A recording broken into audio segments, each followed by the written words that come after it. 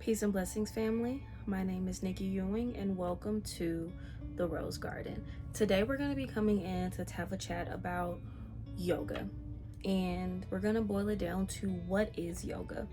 What does yoga mean? What are the principles of yoga? What is yoga good for? How is yoga beneficial? That's what we're going to be talking about today. I have been seeing quite a bit of conversations about what people think yoga is, and in a sense, kind of demonizing yoga, which is quite common, especially when we don't fully know what something is and it's something that's out of our wheelhouse. And I want to use this opportunity as a talking point for learning. All right. For those of you who have been following me since 2017, you may know that I wrote a very lengthy blog about yoga and what it is and how it's helped me over the years with aches and pains and the rehabilitation of a knee injury that I had. And from there, I went forward to become a certified yoga instructor and a trauma-informed yoga therapist, and so on and so on and so on. And so I wanted to be able to share a little compilation of what yoga is based off of knowledge. And what I mean by that is I had to study yoga and the history of it, and also the aspect of me learning for myself the genuine benefits of yoga as I have experienced them for myself, and as I have helped other people along my journey also experience the benefits of yoga. So let's hop into it.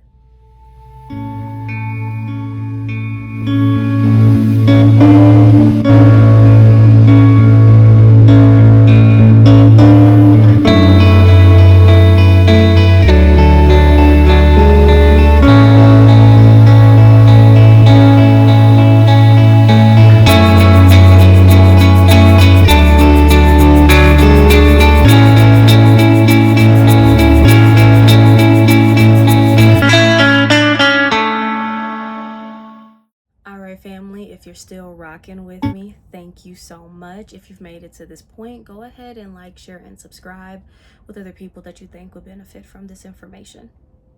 All right, let's hop in. And as y'all know, I have my notes just to keep me on track. All right, so let's hop in. What is yoga? Well, let's start with the definition. The word itself, yoga. Yoga is a word, a Sanskrit word, which Sanskrit is an ancient language. Okay. I believe Sanskrit derived from the Hindu language and is a very ancient language. It is considered sacred. Okay. Now, yoga from Sanskrit to English means to join. To join what? To join breath to body, to join mind and body, to join spirit and body. Okay, it means to join. Now, when we get into the practice, as many of us would call the asana, and asana means movement, it means exercise, it means to move your body, right? When we look at the asana, the physical movement that many of us attribute to yoga, that is where we learn the physicality of what it means to join. Because when we get into yoga, it is a very big component of breath and body. We are genuinely syncing every movement to a breath and vice versa. Every movement is done with an inhale or an exhale. And out of that, we learn to be more mindful, because we do have to pay attention. We have to concentrate, because if something is hurting us or if we're straining, that may mean that we're holding our breath, which a lot of us do. However, if we exhale, that allows us to ease into it. It's cueing the mind and the body that it's okay to relax and to just ease into the depth of whatever posture that we're doing with each exhale. Okay, so it means to join. Now, if yoga, the word, is an ancient and a very sacred word, then the practice itself also is very ancient and is also a very sacred practice. Yoga has been dated as far back as 10,000 plus years old. Yoga is a very old and ancient practice. It's been around for 10,000 plus years. And keep in mind that that's only when the first writings of yoga took place, when somebody actually put pen to paper or chisel to pad, whatever the case may have been, to give you the history or some type of physical representation of yoga.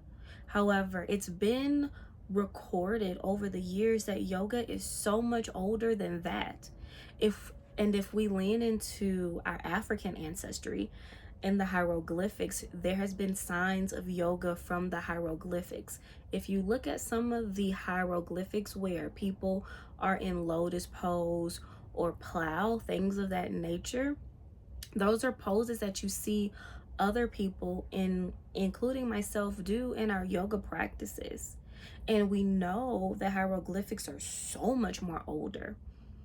And when you do the history of ancient Kemet and what people now coin as Kemetic yoga, the history does get more deeper, because then we have to take into account for how big ancient Kemet was and how far it stretched from continent to continent. And so that's a whole other conversation about, well, who actually quote unquote founded yoga or started yoga, and how did yoga get all the way over to India, and is that the actual origins of yoga itself, or does it date further back than that?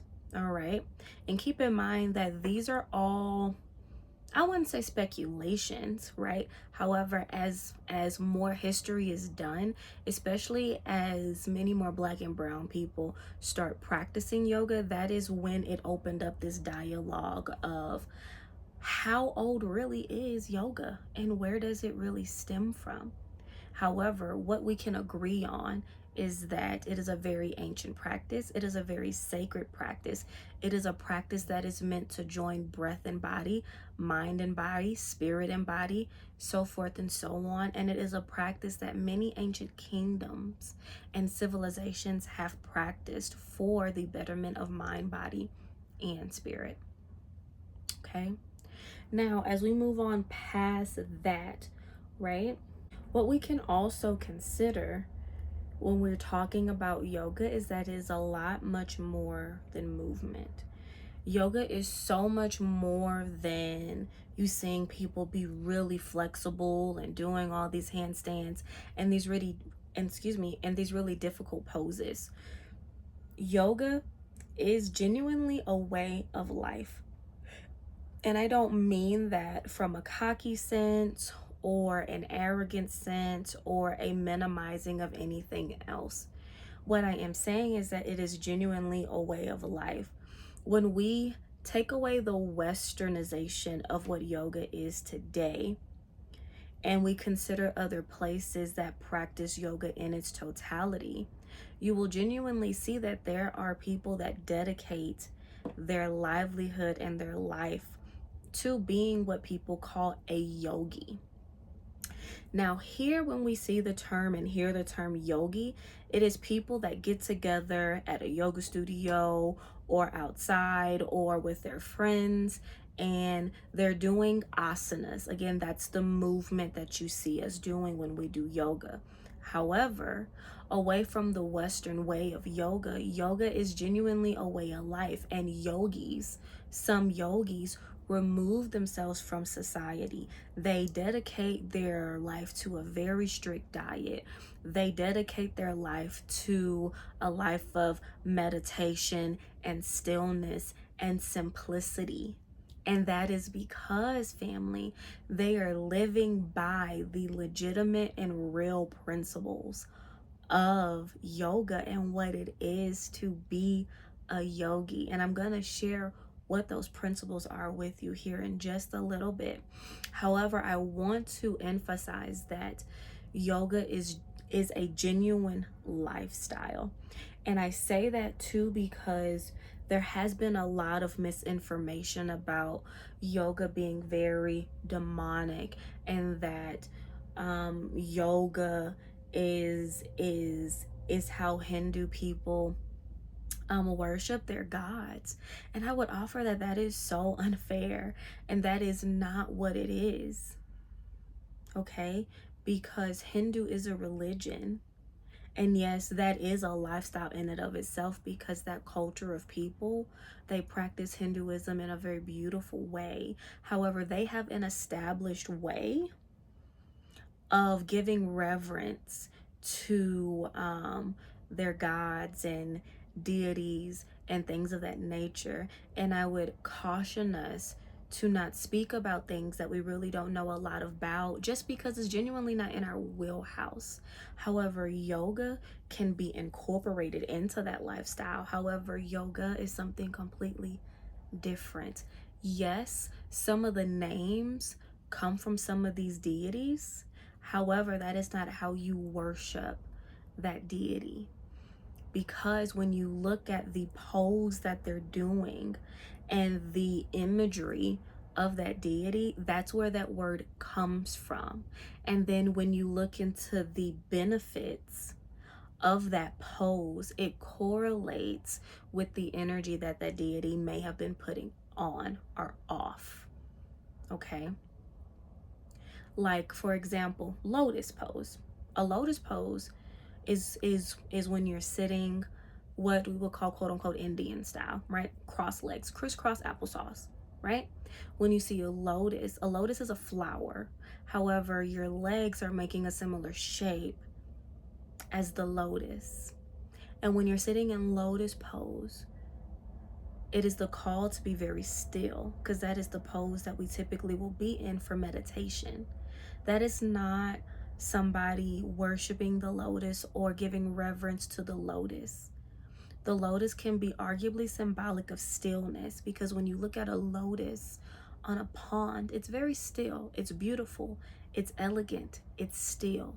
It is also going with the current of the water. And when we are meditating, we are going with the current of our thoughts. We are very fluid, we are very still. So if we take that and we take that example, apply it to the other poses.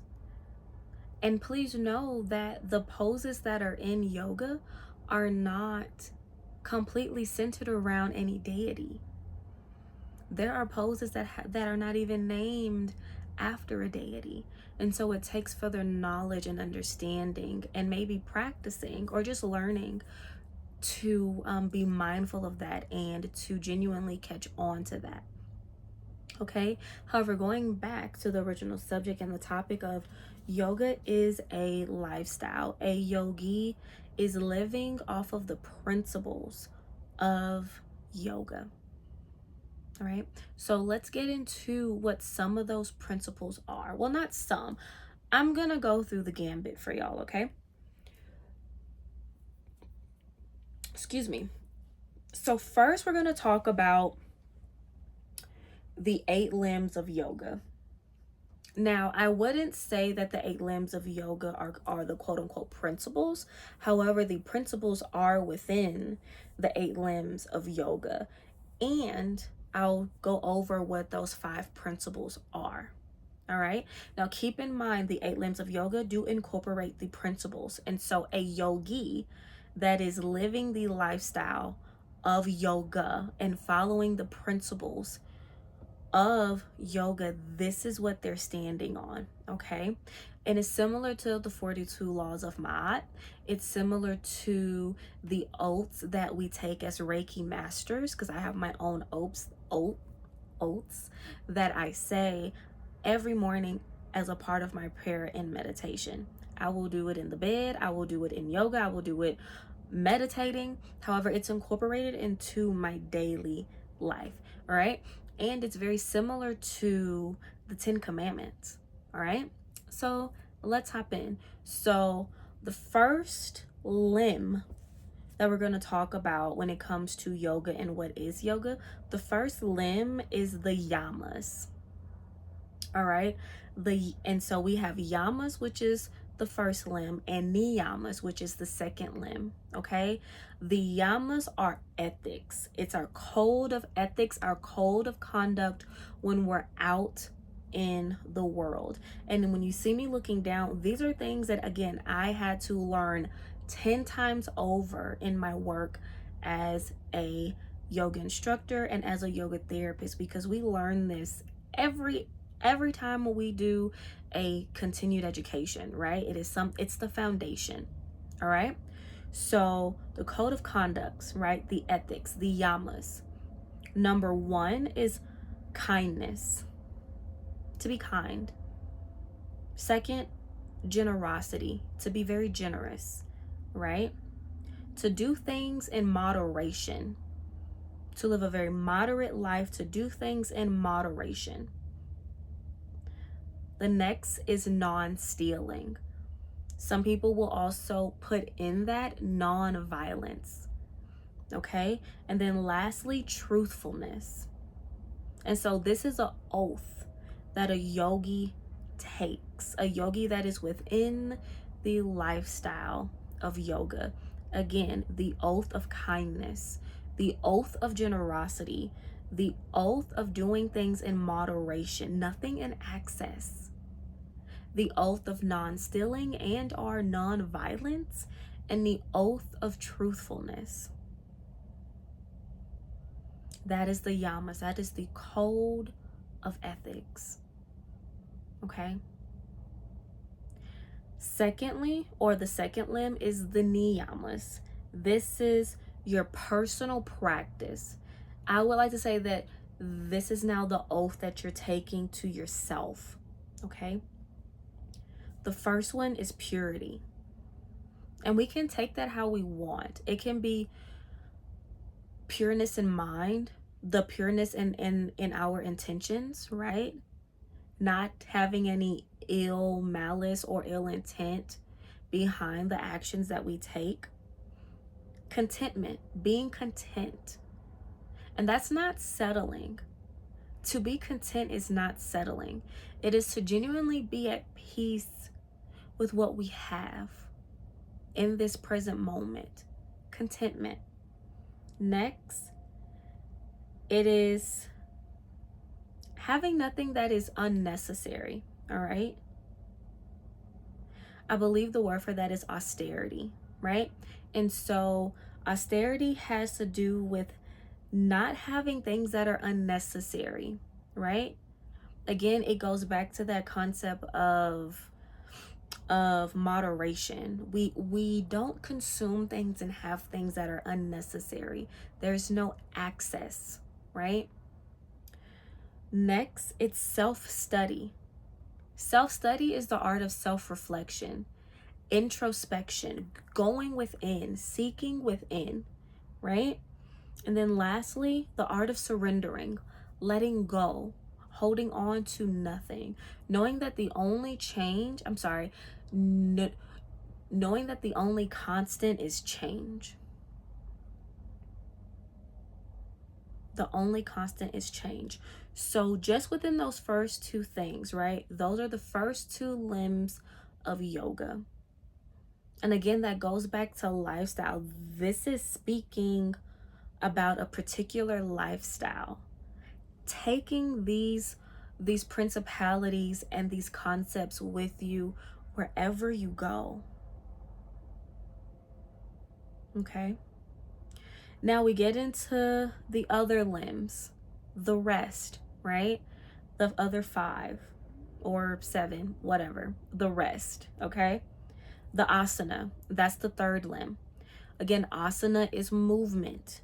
That is the practice that you see us doing of yoga. That is the down dog, the cat cow, the lotus, the goddess squat, all of those things. That's the asana movement. Okay, some type of physical movement, because please know that not all yoga is a workout, and that's not the intention. The intention is never to sweat and like twist and force your body into all these things. Now, if that's what you want, that's okay, but please know that to achieve those difficult things, it starts here and it starts here. Okay. The fourth limb is pranayama. That's breath. Going back to, right, the word yoga, to join breath and body. Pranayama is breath, breathing, breath work. Okay. The fifth limb is turning inward.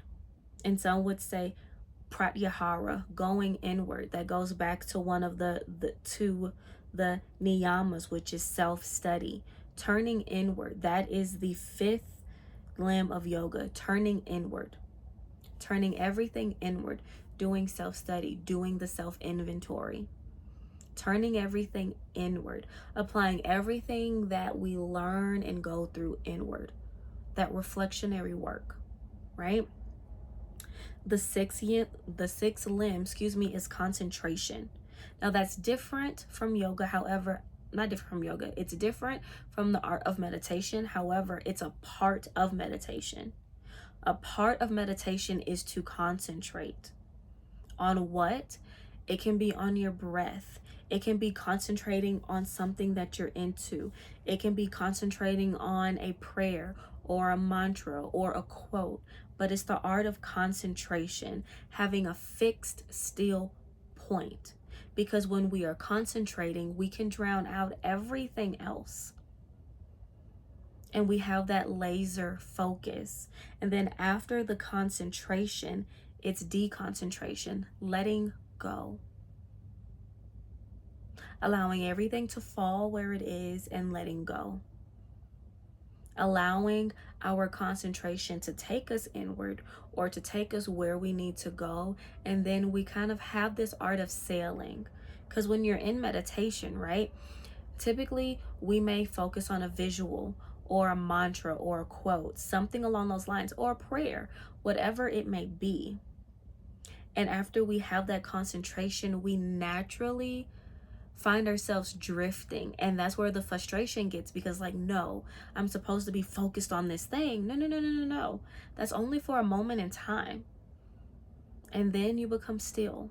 And then you let go. Because that's where the answers come. That's where the self-reflection comes in. That's where we notice things, right? And it's all natural. It's the natural course of action. And then the eighth limb is pure bliss. And a lot of people think that that is the goal of yoga or the goal of meditation. It's the pure bliss. It can be a goal, but it surely is not effective to be the destination, because pure bliss is found in pockets and moments. Pure bliss can be equated to a sense of ecstasy, because we feel good in that state of bliss.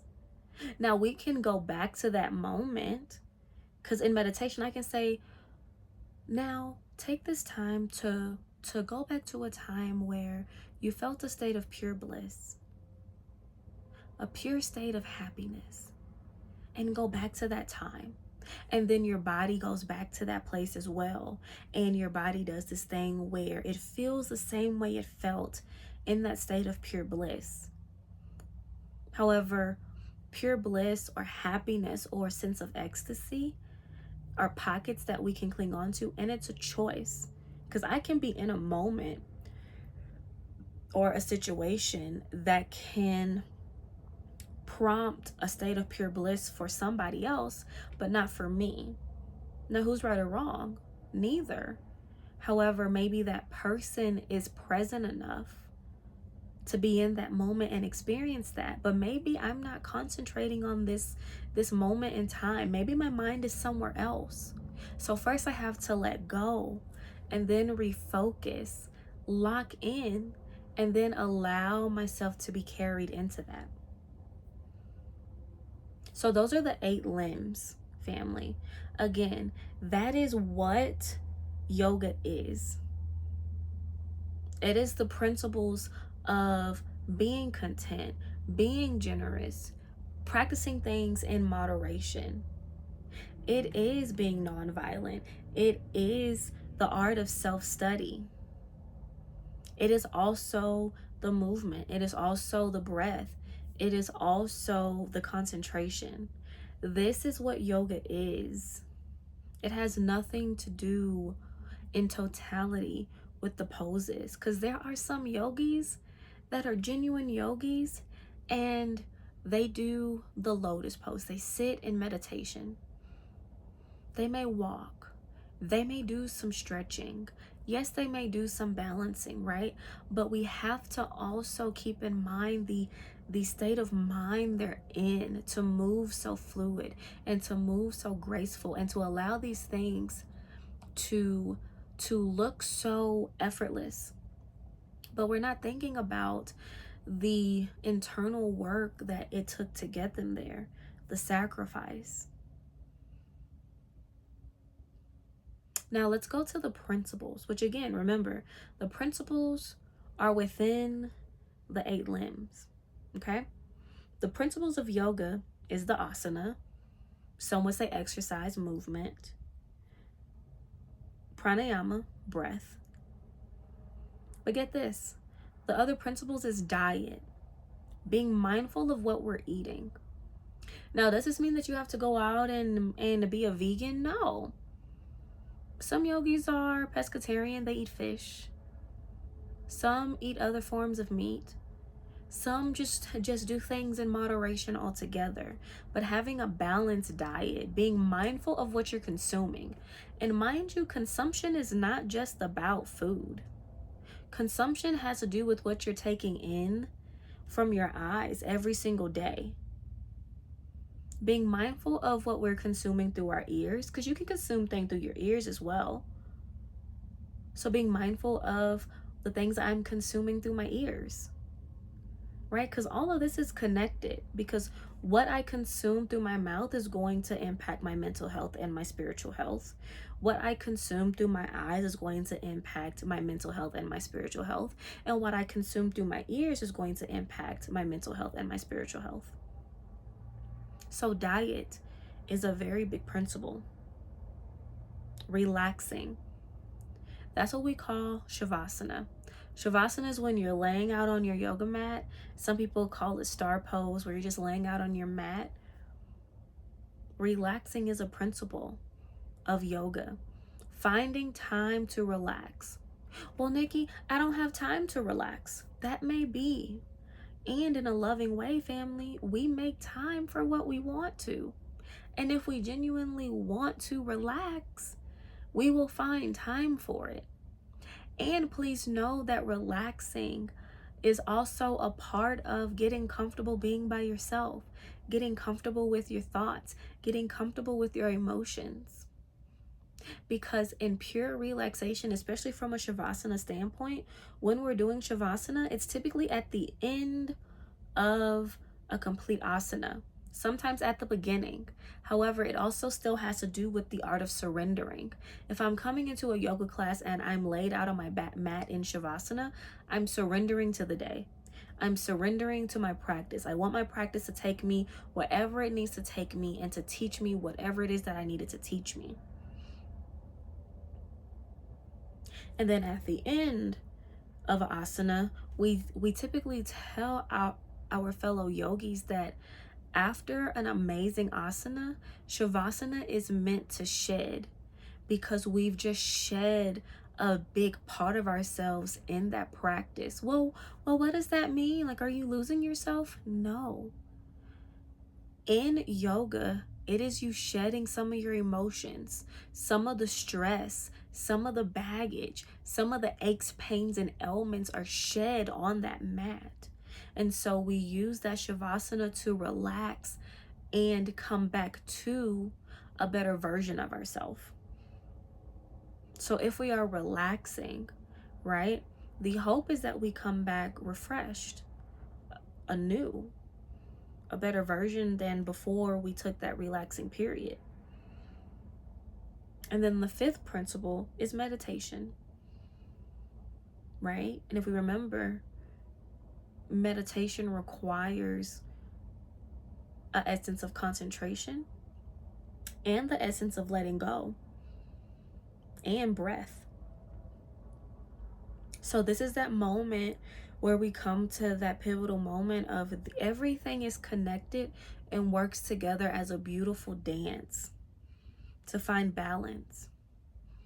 Because yoga is not to say that you'll never feel upset or angry or dysregulated or anything like that. No. It is the art of surrendering to those emotions, surrendering to those experiences, and seeing what we can learn from those experiences and those emotions and transmuting it into something beautiful, whatever that may mean to you.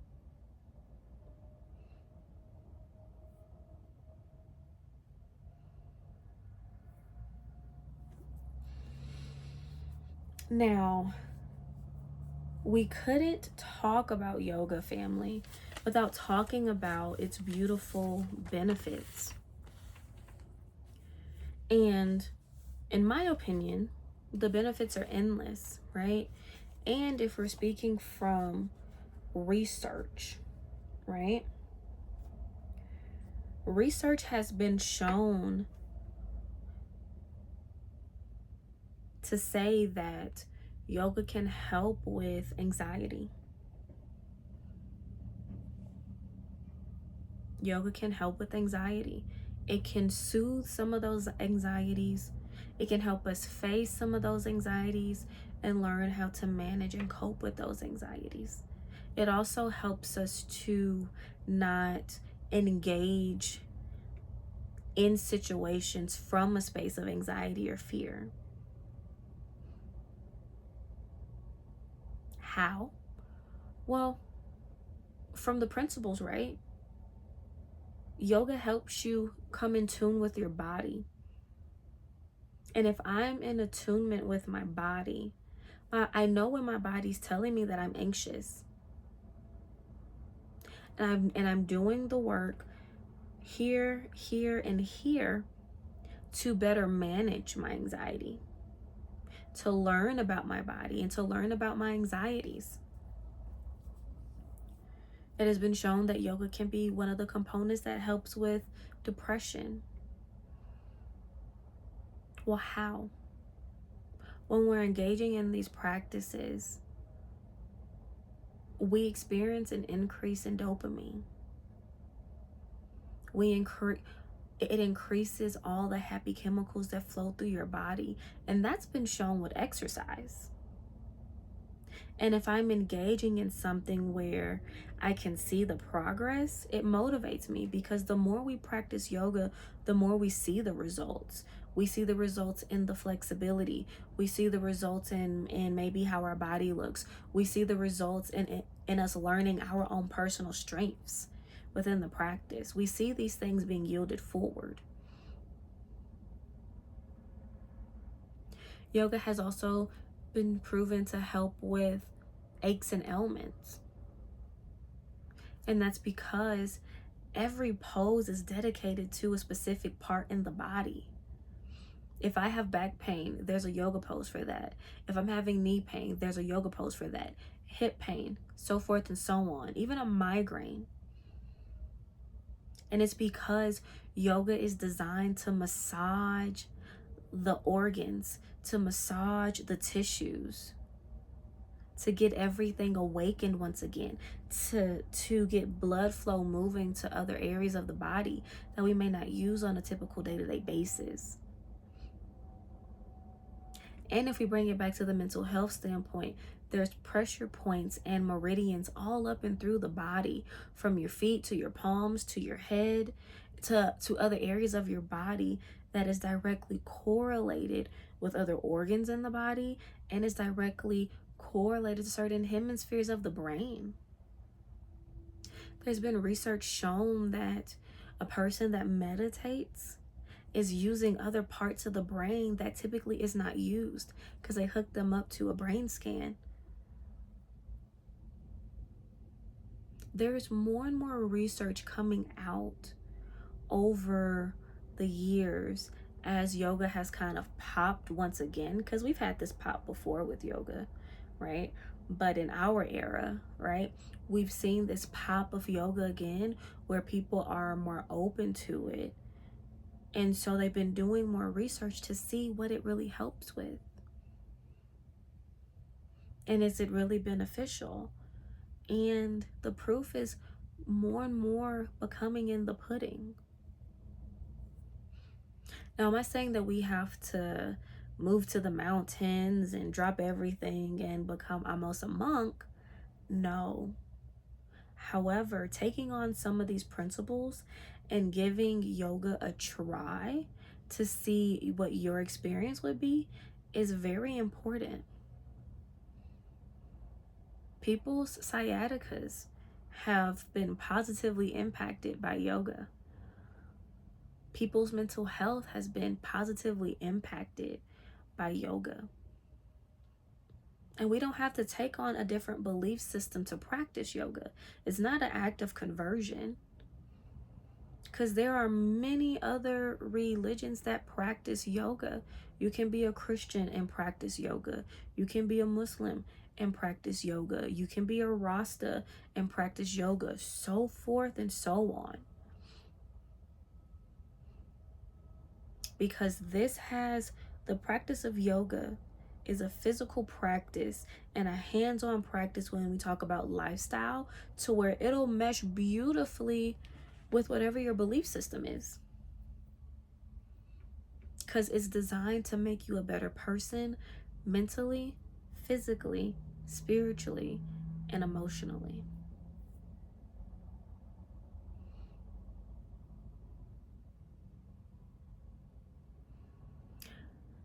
I hope this answers some of your questions, family. I will make sure to tag the blog post that I did some years ago that also talks about more in depth the benefits of yoga. I go into yoga helps with arthritis. I go into yoga obviously helps with weight loss, improving your mood, things of that nature.